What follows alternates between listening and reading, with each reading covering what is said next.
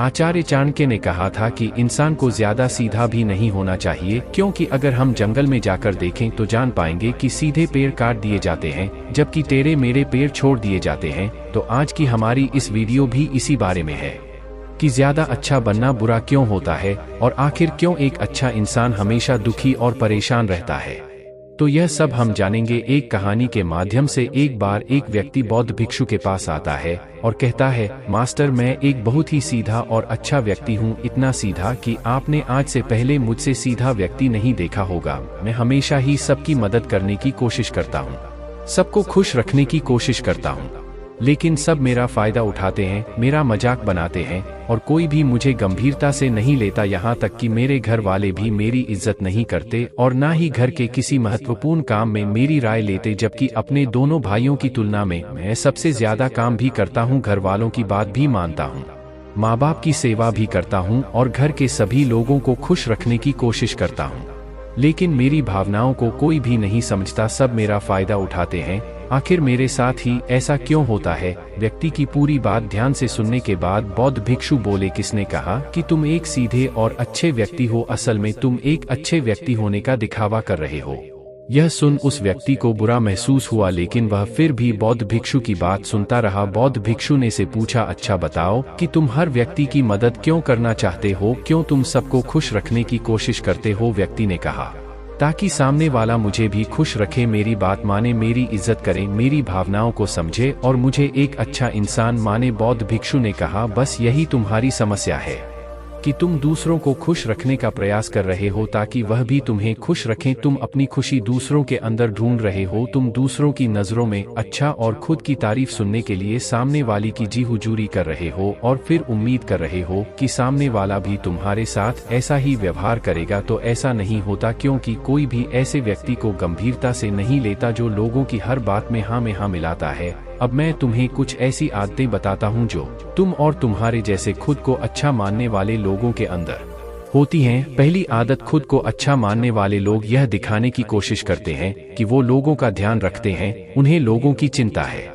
इसीलिए वह सबकी मदद करने पहुंच जाते हैं, फिर चाहे सामने वाले को उनकी मदद की जरूरत हो या ना हो। दूसरी आदत, खुद को अच्छा मानने वाले लोग दूसरों से खुद की तारीफ के भूखे होते हैं, इसीलिए वह ज्यादातर मौकों पर वही काम करते हैं जिससे सामने वाला खुश हो और उनकी तारीफ करें। अगर उन्हें लगता है कि किसी काम से सामने वाला नाराज हो जाएगा तो वह उस काम को हाथ तक नहीं लगाते। तीसरी आदत, खुद को अच्छा मानने वाले लोगों को लगता है कि उन्हें अपनी कमियों और कमजोरी को दूसरे लोगों से छुपाना चाहिए, क्योंकि उन्हें लगता है कि अगर दूसरों को उनकी कमियों और गलतियों के बारे में पता चल गया तो लोग उनका मजाक बनाएंगे, उनकी बेइज्जती करेंगे, उन पर गुस्सा होंगे और उन्हें एक कमजोर व्यक्ति मानेंगे। चौथी आदत, अच्छे लोग खुद की जरूरतों, खुद की प्राथमिकताओं को सबसे ऊपर रखने से डरते हैं, क्योंकि उन्हें लगता है कि ऐसा करने से ही दूसरे लोग उन्हें स्वार्थी समझेंगे और फिर दो लोगों की नजरों में एक अच्छे इंसान नहीं रह जाएंगे। पांचवी आदत, खुद को अच्छा समझने वाले लोग मानते हैं कि वह केवल तभी खुश रह सकते हैं जब उनके आसपास का हर इंसान खुश रहे, इसीलिए वह अपने आसपास के हर व्यक्ति को खुश रखने की कोशिश करते हैं। अब तुम्हें सुनने में लग सकता है कि इन आदतों में क्या बुराई है, सबका भला करना तो अच्छी बात है, लेकिन समस्या यह है कि खुद को अच्छा समझने वाले लोग असल में जैसे दिखते हैं वैसे होते नहीं, यह अंदर से कुछ और ही होते हैं। जैसे कि पहला, अच्छाई का दिखावा करने वाले लोग ज्यादातर मौकों पर ईमानदार नहीं होते, क्योंकि वह अच्छा बनने के चक्कर में दूसरों की बुराई को भी छिपा देते हैं,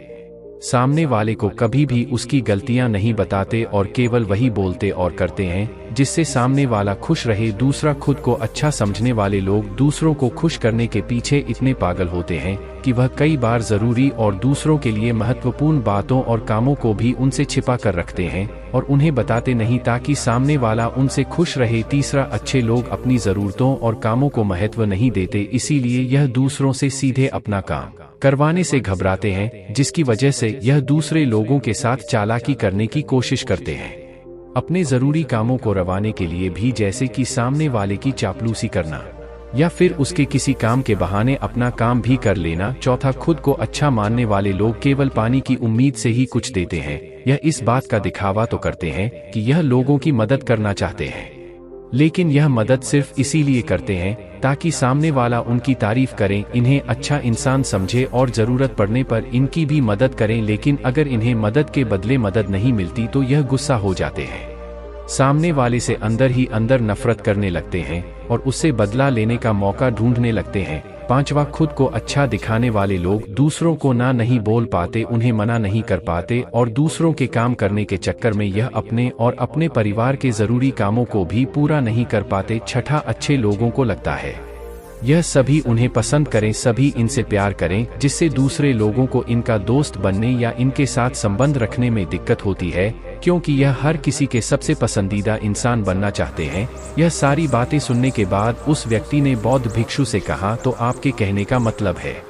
कि हम एक अच्छे इंसान ना बने बल्कि एक बुरे इंसान बन जाए और लोगों को फायदा उठाए। बौद्ध भिक्षु ने कहा, नहीं, मैं तुम्हें बुरा इंसान बनने के लिए नहीं कह रहा, लेकिन हाँ, तुम्हें बहुत सीधा इंसान भी नहीं बनना। अब मैं तुम्हें बताता हूँ कि एक व्यक्ति को कैसा इंसान बनने का प्रयास करना चाहिए। दोस्तों, इंसानी स्वभाव और उसकी अच्छाई व बुराई के बारे में अगर सबसे ज्यादा किसी ने बात की है तो वह है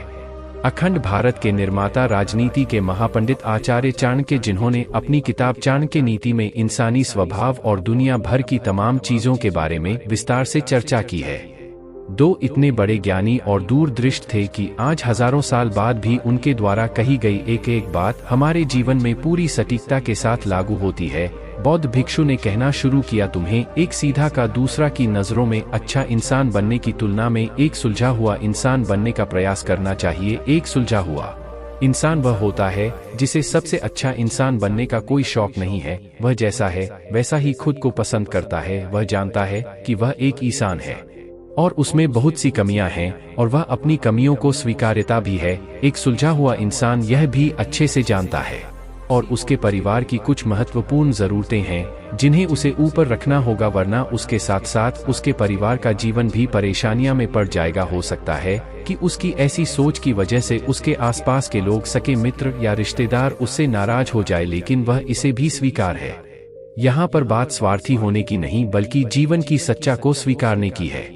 क्योंकि तुम बुद्ध नहीं हो गए हो कि तुम्हारी कोई इच्छा ही नहीं है, किसी से कोई उम्मीद नहीं है या कोई जरूरतें शेष नहीं रही। तुम एक साधारण इंसान हो और एक साधारण इंसान की सोच के साथ अगर तुम सबको खुश रखने का प्रयास करोगे तो तुम हमेशा दुखी रहोगे, क्योंकि तुम्हारी भी सामने वाले से उम्मीदें बढ़ेंगी और जब वह उम्मीदें पूरी नहीं होंगी तो तुम दुखी हो जाओगे। इसीलिए जो इंसान यह कहता है कि मैं सबकी मदद करूंगा, सबको खुश रखूंगा और मुझे बदले में किसी से कुछ भी नहीं चाहिए, यहाँ तक कि अपनी तारीफ भी नहीं, तो पहले उस इंसान को बुद्धत्व प्राप्त कर लेना चाहिए, क्योंकि एक आत्मज्ञान को प्राप्त व्यक्ति ही किसी से कोई उम्मीद नहीं रखता। पर क्योंकि आत्मज्ञान को प्राप्त करना सबके बस की बात नहीं है,